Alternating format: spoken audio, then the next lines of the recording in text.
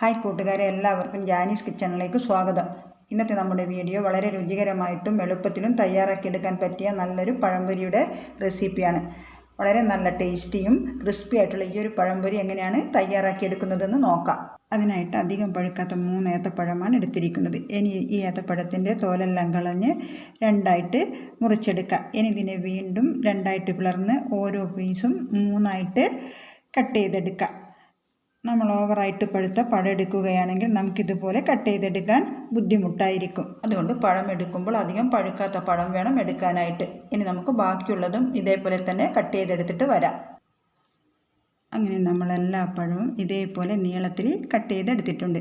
ഇനി നമുക്കിതിലേക്ക് കുറച്ച് ഇൻഗ്രീഡിയൻസ് ചേർത്ത് കൊടുക്കാം. ആദ്യമേ 1/4 ടീസ്പൂൺ മഞ്ഞൾപ്പൊടി ചേർക്കാം.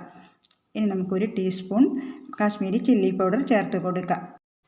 ഇനി നമുക്ക് പിഞ്ചളവിൽ ഉപ്പ് ചേർക്കാം. പിന്നെ നമുക്ക് വേണ്ടത് അരക്കപ്പളവിൽ റവയാണ്. കൂടെ തന്നെ 2 ടേബിൾ സ്പൂൺ വറുത്ത അരിപ്പൊടി ചേർത്ത് കൊടുക്കാം. ഇനി നമ്മുടെ കൈ ഉപയോഗിച്ച് നല്ലതുപോലെ ഇളക്കി ഒന്ന് മിക്സ് ചെയ്തെടുക്കാം. ഈ സമയത്ത് ഇതിലേക്ക് വെള്ളമൊന്നും ഒഴിച്ചു കൊടുക്കരുത്. എല്ലാ കഷ്ണങ്ങളിലേക്കും ഇതുപോലെ നല്ലോണം തന്നെ പൊടിയൊന്ന് മിക്സ് ചെയ്തെടുക്കണം. അങ്ങനെ നമ്മുടെ പഴം ഞാനിവിടെ നല്ലതുപോലെ തന്നെ മിക്സ് ചെയ്തെടുത്തിട്ടുണ്ട്. ഇനി നമുക്ക് ഉടൻ തന്നെ ഇതൊന്ന് ഫ്രൈ ചെയ്തെടുക്കാം. നമുക്കിനി ഈ പഴം റെസ്റ്റ് ചെയ്യാനൊന്നും വെച്ച് കൊടുക്കേണ്ട ആവശ്യമില്ല. ഇനി നമുക്ക് ഫ്രൈ ചെയ്യാൻ തുടങ്ങാം. അതിനായിട്ടൊരു കടായി അടുപ്പത്ത് വെച്ചിട്ടുണ്ട്. ഇതിലേക്ക് വെളിച്ചെണ്ണ ഒഴിച്ചു കൊടുക്കാം.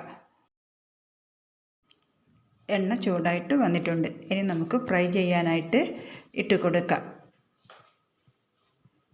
നല്ല പോലെ മുരിഞ്ഞു വന്നാൽ നമുക്ക് ഇതൊന്ന് മറച്ചിട്ട് കൊടുക്കാം.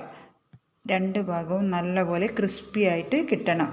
അതുവരെയാണ് നമ്മളിതൊന്ന് ഫ്രൈ ചെയ്തെടുക്കേണ്ടത്.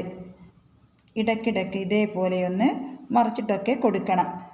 വളരെ എളുപ്പമാണ് നമുക്കിത് ഉണ്ടാക്കിയെടുക്കാനായിട്ട്. ഇപ്പം ഇതിൻ്റെ എല്ലാ ഭാഗവും നല്ല പോലെ മുരിഞ്ഞു വന്നിട്ടുണ്ട്.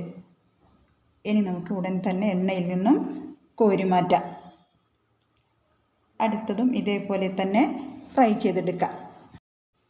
ഏത്തപ്പഴം കഴിക്കാൻ ഇഷ്ടമില്ലാത്ത നമ്മുടെ കുട്ടികൾക്ക് ഇതുപോലെയൊക്കെ ഉണ്ടാക്കി കൊടുക്കുകയാണെങ്കിൽ അവർ വളരെ ഇഷ്ടത്തോടെ കഴിക്കുകയും ചെയ്യും. അപ്പോൾ നമ്മുടെ രണ്ടാമത്തെ ബാച്ച് ഇവിടെ റെഡി ആയിട്ടുണ്ട്.